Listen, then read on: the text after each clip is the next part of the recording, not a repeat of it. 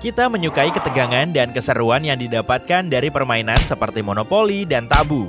Tapi apa sih kira-kira yang dimainkan orang-orang ratusan tahun yang lalu? Ternyata, beberapa permainan tradisional itu masih dimainkan sampai sekarang dan kamu bisa membeli replikanya. Kasih tahu mana yang jadi favoritmu di akhir video ya. Mari kita mulai dengan salah satu permainan papan tertua di dunia, Royal Game of Earth, yang juga disebut Game of 20 Squares. Diciptakan sekitar 4.600 tahun silam di Mesopotamia kuno. Permainan ini ditemukan kembali ketika penggalian dimulai pada tahun 1920-an di pemakaman Kerajaan Ur, yang sekarang merupakan kawasan Irak. Permainan ini nggak hanya dimainkan oleh para bangsawan. Orang-orang di semua kelas sosial menikmati permainan adu strategi dengan dua pemain ini. Permainan ini populer di seantero Timur Tengah, tapi ketenarannya juga sampai ke wilayah lain, seperti Sri Lanka. Oke, Sisi Terang, jelaskan cara permainan ini dimainkan. Ini mirip dengan backgammon. Orang-orang bersaing untuk memindahkan semua bidak mereka dari satu bagian papan ke bagian lainnya. Untuk memenangkan permainan papan ini, kamu harus punya strategi, tapi juga butuh keberuntungan. Selain hiburan, permainan ini punya arti penting dalam hal meramal. Kejadian-kejadian dalam permainan ini dipercaya dapat mencerminkan masa depan pemainnya. Menurut kepercayaan ini, permainan ini menyalurkan pesan dari dewa atau entitas gaib melalui gerakan-gerakan di kotak tengah. Kenapa orang-orang berhenti memainkan permainan ini? Jawabannya, permainan ini berevolusi seiring berjalannya waktu, dan kemudian digantikan dengan permainan papan lainnya. Senet adalah permainan papan Mesir kuno yang berasal dari sekitar tahun 3100 sebelum Masehi. Misi dari permainan ini adalah untuk mengeluarkan semua bidak dari papan. Kamu mendapatkan 4 atau 5 bidak berwarna, kemudian kamu menggunakan stik senet sebagai dadu. Para pemain bergiliran. Ada aturan khusus tentang bagaimana dan kapan kamu bisa memindahkan bidak-bidakmu. Misalnya, kalau kamu melempar stik dan mendapatkan satu stik yang menghadap ke atas, kamu bisa bergerak satu langkah, tapi juga mendapatkan giliran ekstra. Para arkeolog menemukan kotak senet di makam-makam Mesir kuno. Masyarakat Mesir percaya akan adanya kehidupan setelah kematian, dan kata senet berarti melewati. Itulah kenapa permainan ini juga dikaitkan dengan perjalanan menuju kehidupan selanjutnya. Jadi, ini lebih dari sekedar permainan, dan jadi semacam simbol perjuangan untuk mencapai keabadian. Permainan ini dimainkan dan digemari oleh Tutankhamun dan Ratu Nefertari. Bukan rahasia lagi bahwa masyarakat Mesir kuno sangat menyukai pesta. Jika kamu diundang ke sebuah pesta yang diadakan oleh seseorang dari kalangan atas, kamu akan melihat para musisi, pemain sulap, dan pegulat yang siap menghiburmu. Kamu mungkin juga akan melihat beberapa orang bermain senet. Pada papan aslinya, ada kotak-kotak yang dihiasi dengan hieroglif yang mewakili aturan permainan tambahan. Beberapa model replika zaman modern juga dilengkapi dengan hieroglif serupa. Sejauh ini kita sudah melihat permainan untuk 2 pemain. Sekarang mari kita lihat permainan dengan 4 pemain yang seru. Mahjong berasal dari dinasti Qing di Tiongkok. Tapi rekor dunia untuk permainan paling lama yang dibuat pada tahun 2012 ketika permainan ini dimainkan selama 33 jam, bukan dipegang oleh orang Tionghoa.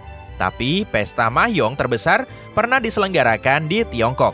Sebanyak 2.380 orang memainkan permainan ini pada waktu bersamaan. Dalam permainan ini, target para pemain adalah membentuk satu seri lengkap balok untuk mendapatkan poin. Pemain dengan skor tertinggi yang jadi pemenangnya. Pemenangnya harus membentuk sebuah mahjong. Balok-baloknya secara tradisional dihiasi dengan karakter-karakter Tionghoa, ranting bambu, dan titik-titik. Ada beberapa balok khusus yang memiliki simbol seperti naga dan bunga dan memiliki arti yang berbeda. Permainan ini menyerupai remi, yaitu sejenis permainan kartu. Mahjong menjadi populer di negara-negara barat pada abad ke-19 dan sekarang kamu bisa menemukan berbagai versi permainan ini di seluruh dunia dan secara online. Yuk kita beralih ke India. Krida Patram adalah permainan kartu kuno. Kartu-kartu bundar buatan tangan dibuat dari potongan-potongan kain. Kartu-kartu ini dihiasi dengan penggambaran dari Ramayana dan Mahabharata yang merupakan epos terbesar di India. Kisah-kisah ini sangat mempengaruhi cara berpikir dan sistem kepercayaan di wilayah ini. Permainannya dimainkan di istana-istana kerajaan, tapi kemudian permainan ini diyakini juga dimainkan oleh orang-orang dari kelas sosial lainnya.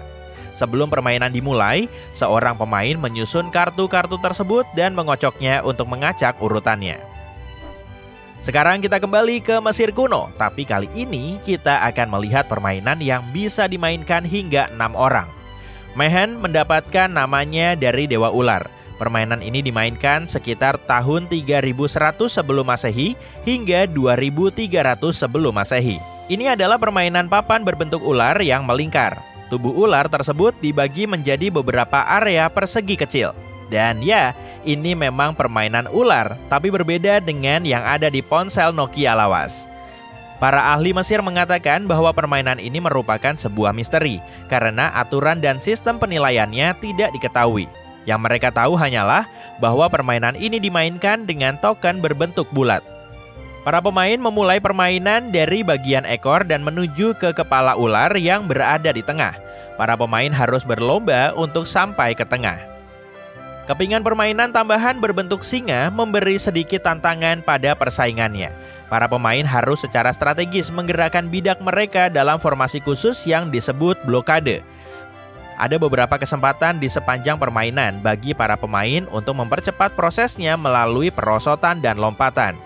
Permainan ini punya kesamaan dengan senet, permainan Mesir lainnya yang sebelumnya sudah kita bahas.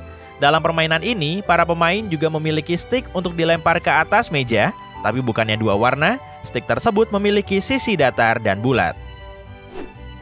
Ludus Latron Colorum alias Latrons adalah permainan papan untuk dua pemain dari Kekaisaran Romawi. Tujuan permainan ini adalah untuk menguji kecakapan militer para pemainnya. Permainan ini dimainkan di atas petak-petak. Aturan pasti dari permainan ini masih menjadi misteri, meskipun banyak ahli telah menyusun beberapa rekonstruksi Latrons. Di antaranya, berbagai interpretasi aturannya, ada satu penjelasan yang diterima secara luas. Penjelasan ini menyatakan bahwa para pemain memindahkan bidak ke segala arah dengan tujuan untuk mengepung dan mengisolasi bidak lawan dengan bidak mereka. Bidak yang tertangkap kemudian dipindahkan dari papan. Permainan ini menyerupai catur atau dam dalam hal aturan, tapi yang satu ini lebih condong pada taktik militer. Untungnya, penyair Romawi terkenal bernama Ovid menyebut permainan ini dalam puisinya, dan kita bisa tahu beberapa aturannya berkat puisinya. Sepertinya, Ovid suka bermain game. Aku ingin tahu seperti apa suasana malam permainan pada masa itu. Permainan strategi lain dari Kekaisaran Romawi adalah Nine Men's Morris. Permainan papan yang sudah lama terlupakan ini ditemukan kembali pada tahun 2018 dalam sebuah penggalian. Permainan ini berasal dari tahun 1400 sebelum Masehi.